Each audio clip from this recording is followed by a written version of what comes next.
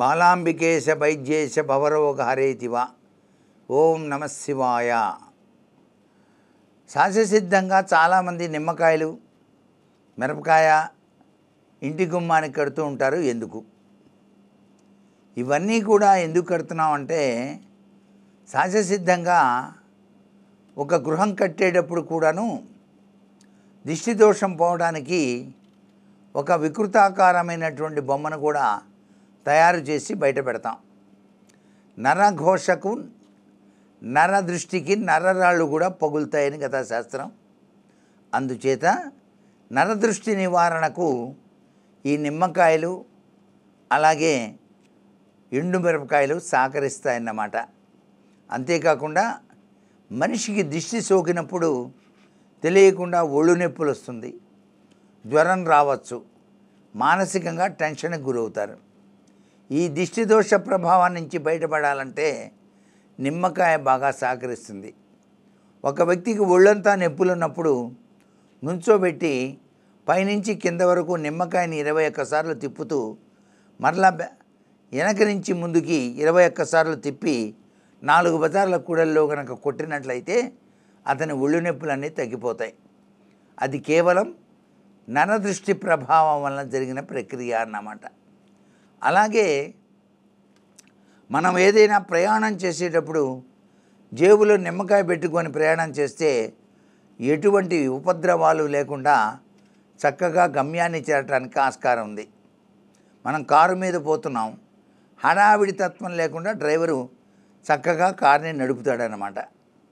ఇవన్నీ కూడా ముందుగా వచ్చేటువంటి ఉపద్రవాల నుంచి మనం రక్షించుకోవడానికి ప్రక్రియలు అన్నమాట. అలాగే ఇంటికి 5 నిమ్మకాయలు, 2 ఎండుమిరపకాయలు ఒక తీగకు చుట్టి కట్టినట్లయితే ఇంటిపై ఉండేటువంటి నరఘోష ప్రభావం తగ్గిపోతుంది అని చెప్పేసి శాస్త్రం. అంతేకాకుండా కనుదృష్టి వినాయకుడు లేక ఏనుగు కన్ను ఇట్లాంటివి కూడాను ఇటీవల కాలంలో లభ్యపడుతున్నాయి.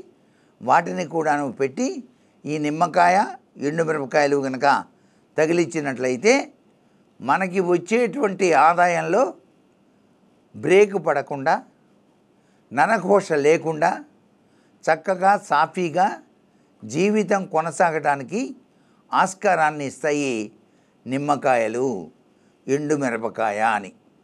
ఎండుమిరపకాయ, నిమ్మకాయ ఈ రెండు కూడా దిష్టి దోష నివారణకు సహకరించే అత్యంత అద్భుతవంతమైనటువంటి ప్రభావాలని ఇస్తాయి.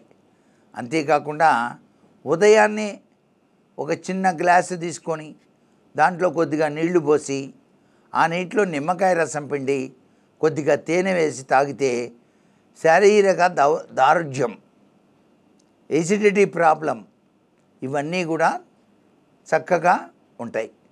అంటే శారీరక దారుఢ్యం పెరుగుతుంది, ఎసిడిటీ తగ్గిపోతుంది. యూరిక్ యాసిడ్ ట్రబుల్స్ కనుక ఉంటే అవి కూడా రాకుండా ఆరోగ్యప్రదమైన జీవితాన్ని గడుపుతాం. నిమ్మకాయ అంత గొప్పగా పనిచేస్తుంది.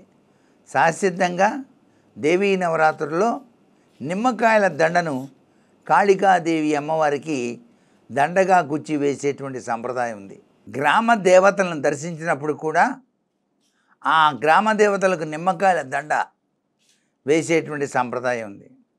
అలాగే కొత్త వాహనం కొన్నప్పుడు ఆ వాహనం బాగా చక్కగా తిరగడానికి టైర్ల కింద ఒక్కో టైర్కి 2 నిమ్మకాయలు చొప్పున పెట్టి ఆ టైర్ల మీద ఆ నిమ్మకాయ మీద టైరు వెళ్ళే విధంగా ప్రయాణిస్తే ఎటువంటి రుగ్మత లేకుండా ప్రయాణాలు సాగుతాయి. కొత్తగా లారీ కొన్నవాళ్ళు లేక స్కూటర్ కొన్నవాళ్ళు లేక కారు కొన్నవాళ్ళు నిమ్మకాయలు అనేటువంటివి తప్పనిసరిగా దిష్టి దోషం పోవడానికి ఉపయోగిస్తారు. అలాగే నిమ్మకాయ 3, ఒక పటిక, ఒక ఎండుమిరపకాయ ఈ 3 కూడా కలిపి కారు ముందు భాగన కడితే నరదృష్టి ప్రభావం కారు పైన పడదు. చక్కగా దిష్టి దోషం లేకుండా ఆ కారు చక్కగా తిరుగుతుంది అని చెప్పేసి చెప్పవచ్చు. అలాగే లారీ కొన్నారు, ఆ లారీ బాగా తిరగాలి అనుకున్నప్పుడు ప్రతి ఒక్క లారీ టైర్ కింద 2 నిమ్మకాయల చొప్పున ఎన్ని టైర్లు అయితే ఉన్నాయో అన్ని 2 నిమ్మకాయలు ఉంచి ముందు భాగాన పటిక, నల్లదారం, ఎర్రదారం, ఆకుపచ్చ దారం, 3 నిమ్మకాయలు, ఒక ఎండుమిరపకాయ కట్టి ఆ లారీ ముందు భాగాన పరమాన్నం ఉండి ఒక విస్తరాకులో పోసి నైవేద్యం పెట్టి 10 మందికి కనుక పంచినట్లయితే ఆ లారీ విపరీతంగా తిరుగుతుంది. మరొక లారీ కొనుక్కోవడానికి త్వరగా అవకాశం కూడా వస్తుంది. ఇవన్నీ మనకు శాస్త్రంలో చెప్పిన నిగూఢవంతమైన రహస్యాలు.